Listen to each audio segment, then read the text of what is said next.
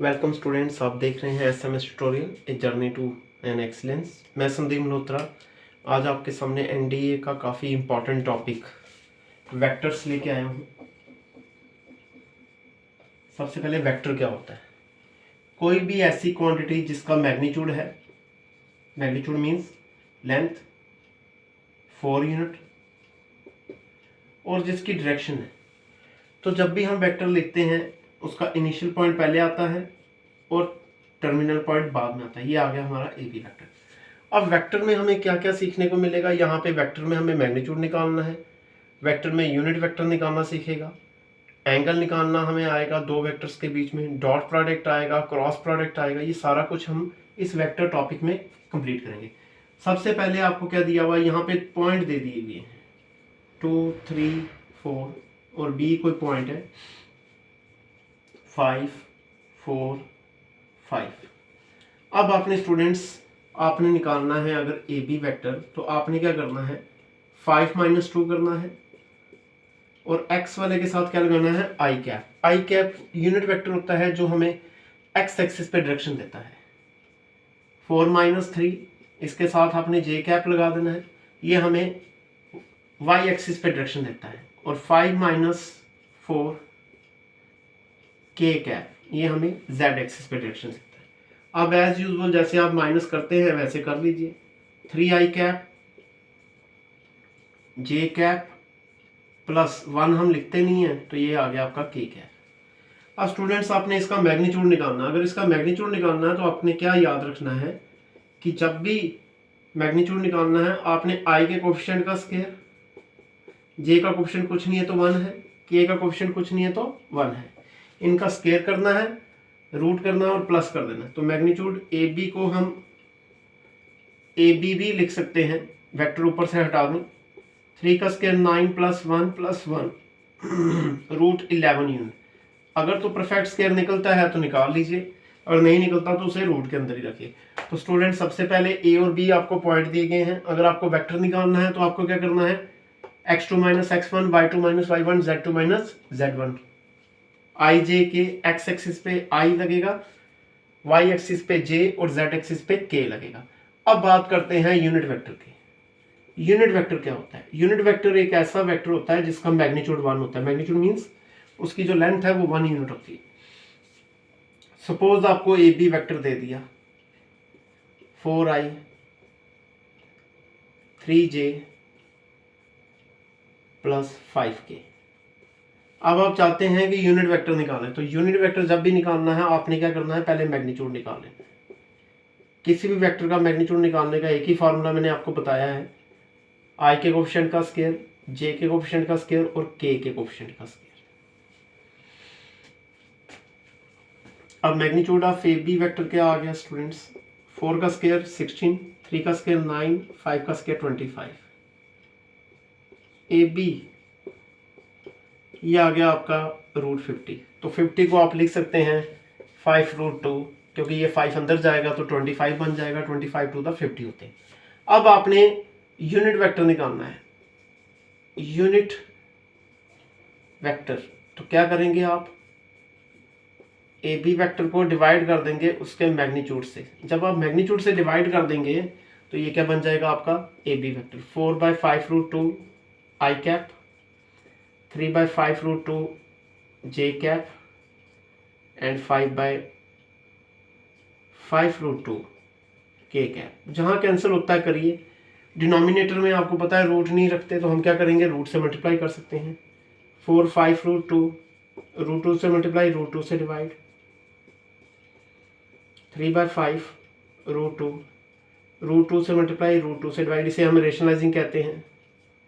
Plus 1/√2 √2 से multiply, √2 से divide और k कैप।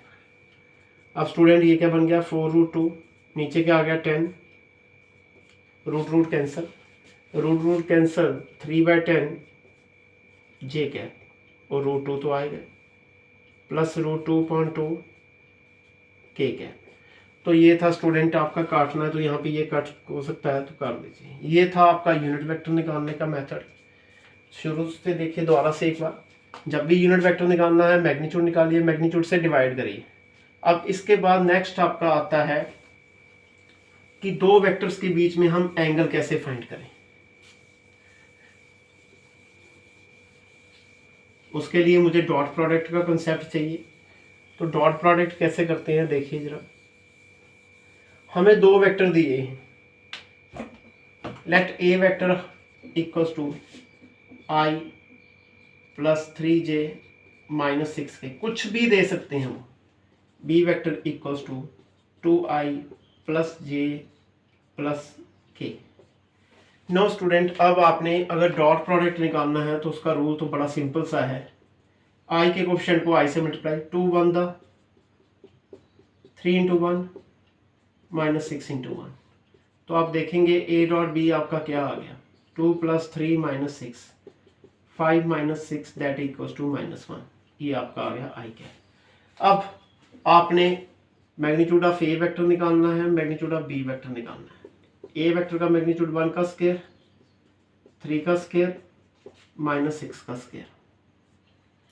1 का स्क्वायर 1, 3 का स्क्वायर 9, 36 रूट 46 आ गया। 2 का स्क्वायर 1 का स्क्वायर 1 का स्क्वायर, 2 का स्क्वायर 4 प्लस 1 प्लस 1, तो ये क्या आ गया रूट 6। अब स्टूडेंट आपने एक फार्मूला यहाँ पे याद कर लेना है, cos theta equals to a vector dot b vector upon magnitude of a vector magnitude of b vector, जब भी आपने एंगल निकालना है।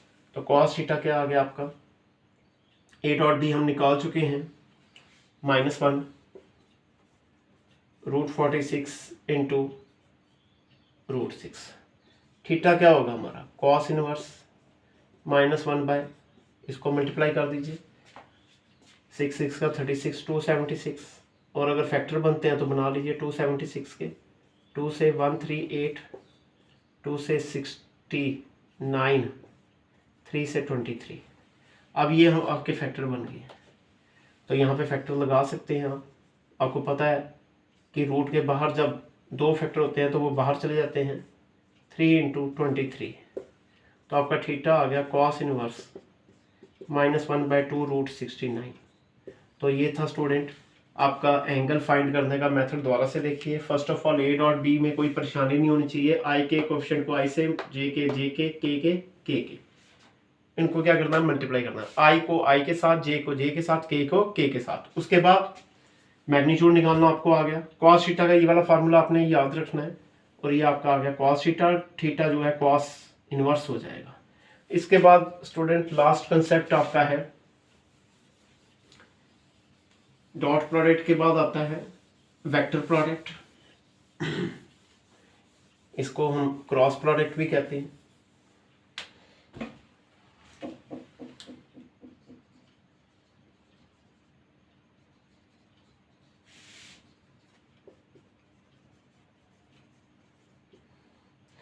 ए वेक्टर आपको दिया है आई जे प्लस 3 के, कुछ भी दे सकता है।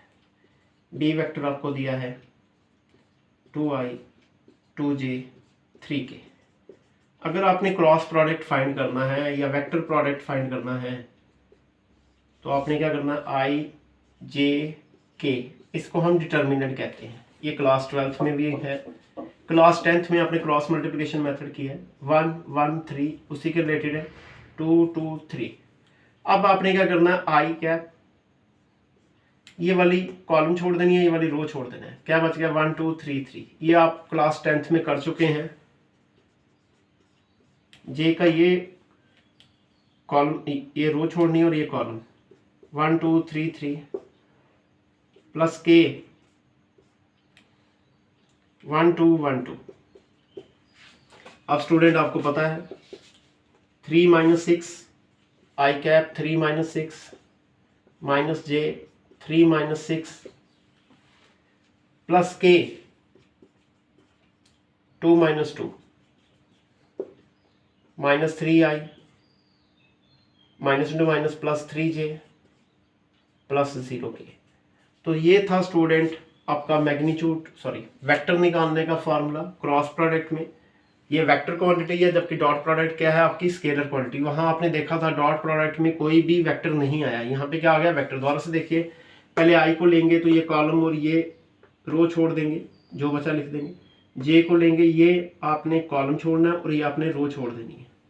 और के के लिए ये कॉलम और ये रो। उसके बाद आपको पता है कि जब आप नीचे की तरफ जाते हैं तो साइन आपका सेम होता है, ऊपर जब जाते हैं तो साइन क्या हो जाते हैं, उल्टे हो जाते हैं। तो ये था स्टूडेंट वेक्टर्स का लेक्चर। उम्मीद करता हूँ आपको ये लेक्चर समझ में आया होगा।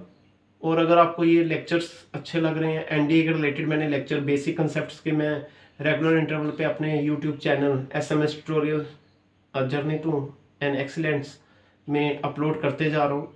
और जहाँ पे भी आपको कोई प्रॉब्लम आती है, मेरे कमेंट बॉक्स में आप लिख के अपने डाउट क्लियर कर सकते हैं।